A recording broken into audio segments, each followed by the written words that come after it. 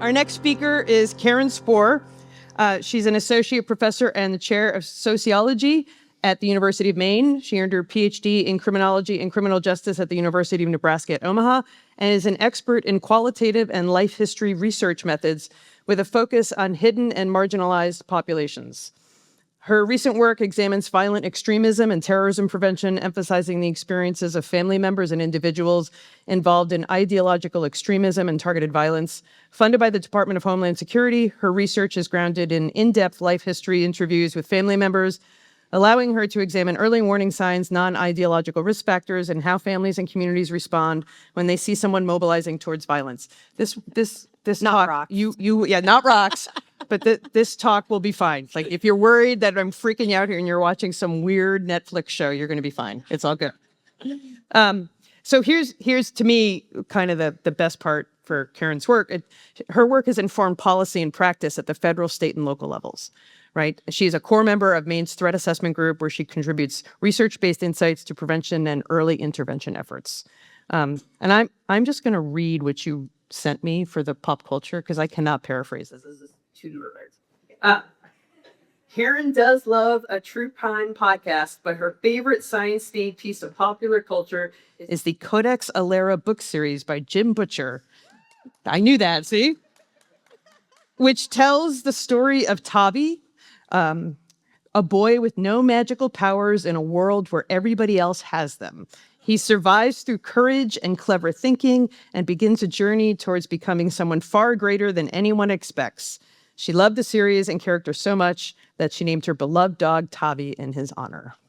So you just click that button to go forward, and that's it. Okay. I will flag I have no pictures. So no pictures of rocks or oceans.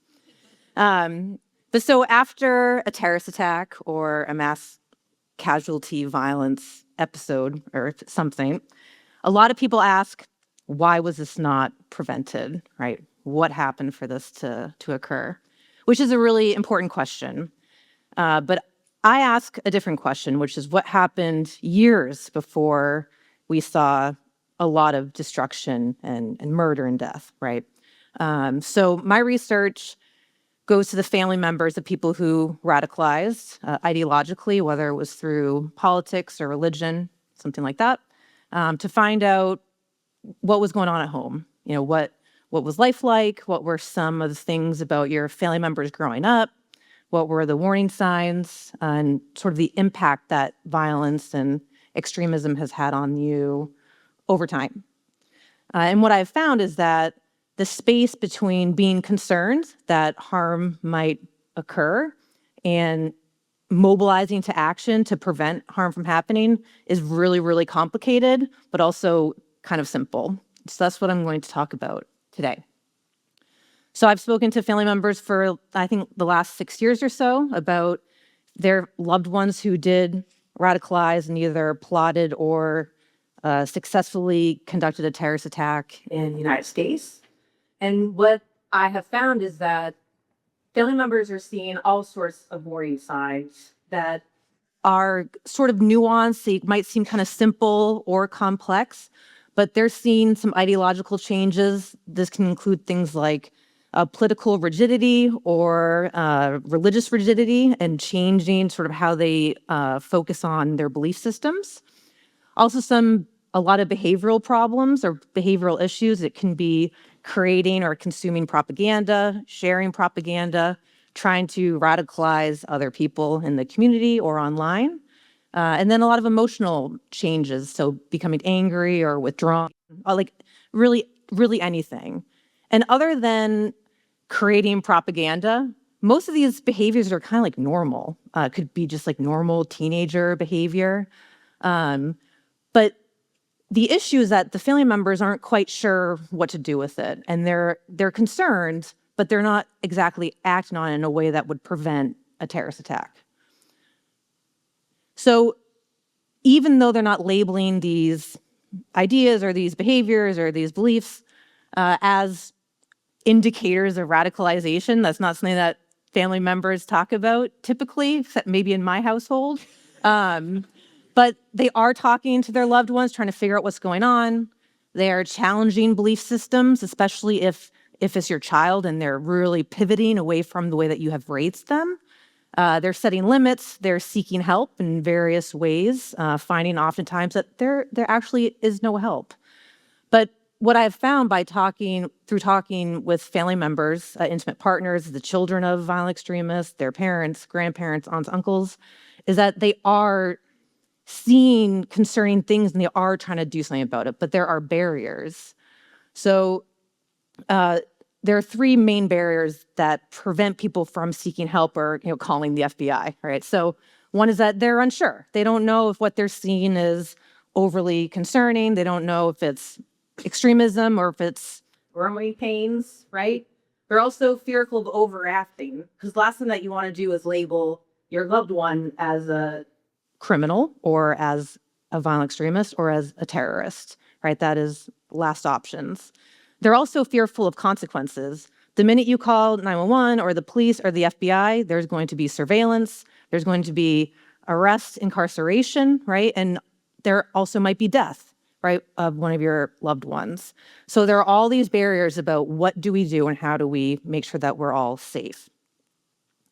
So sort of the main takeaway is that when we think about preventing mass casualty violence and terrorism, it's not that the family members aren't concerned or aren't seeing things, is that they just don't know what to do next. And that's kind of where my research really hits it home when I do the work with prevention, is that we need to start thinking about after a family member is concerned and we're seeing all these signs of radicalization, that they know where to go and that they're not fearful that there's going to be an arrest, that there's going to be an incarceration, and that there might be death, right? So all of these things have to kind of come together to make our communities safe and to keep our families together. I think that's it, and that's Tavi.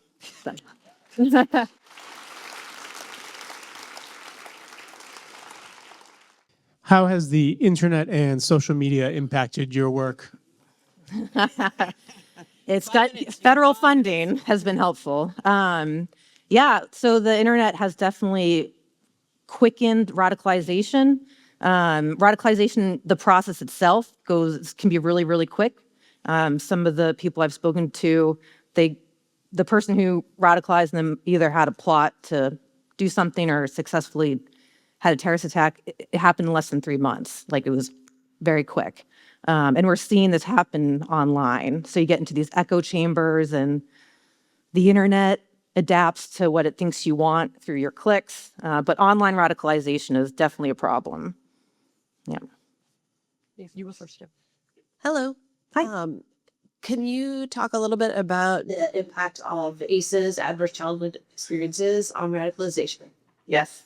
I chose not to talk about that in front of a general audience because I wasn't sure how many children would be in here. But I don't know what the percentage is, but ACEs is adverse childhood experiences, and across the board, multi-victimization histories, like a lot of the kids who radicalize into any ideology, and that leads to like violent ends, have a strong history of ACEs, everything. And many, polyvictimization, also issues with substance use at home. I mean, everything that's on that list for you social workers out there, they're present. So, and I'm happy to talk about this over a glass of wine, but is that a lot of the work that I do is educating social workers and school resource officers, but people who like know a kid in high school and their backgrounds and are able to do really early intervention, because it is a risk factor. Yeah. That's a good question.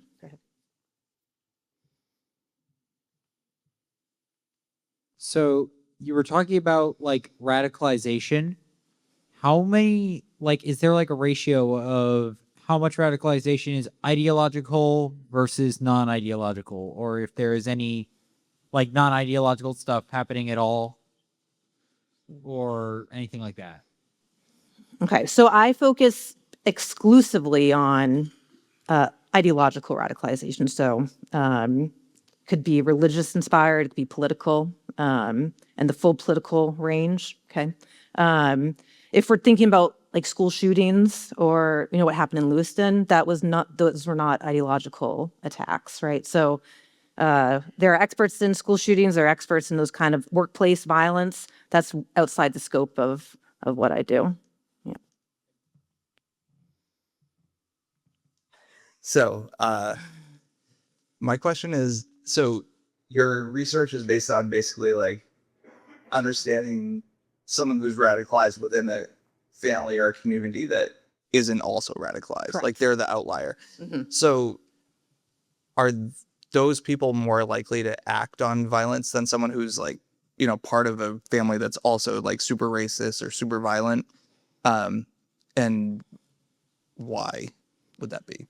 So you're asking if there are measurable differences between somebody who like converted and became a ideological extremist, but their family members weren't, and are they more violent than someone who was socialized into that?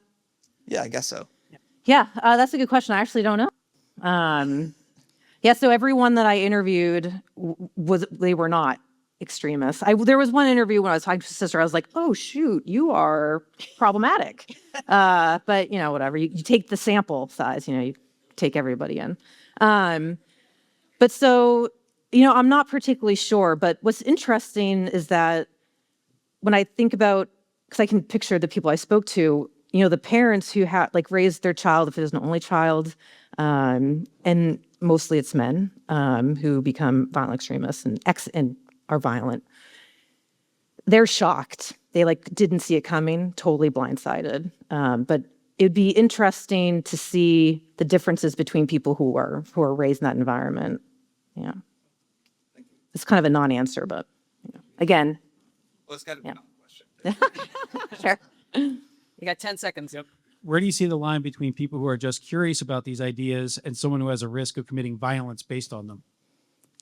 Yeah, I think there's a hard line. I think it's fine to investigate and study different things, but it's not okay to cause harm. So I don't know. I don't know. That's a hard question in 10 seconds. That was really, really good.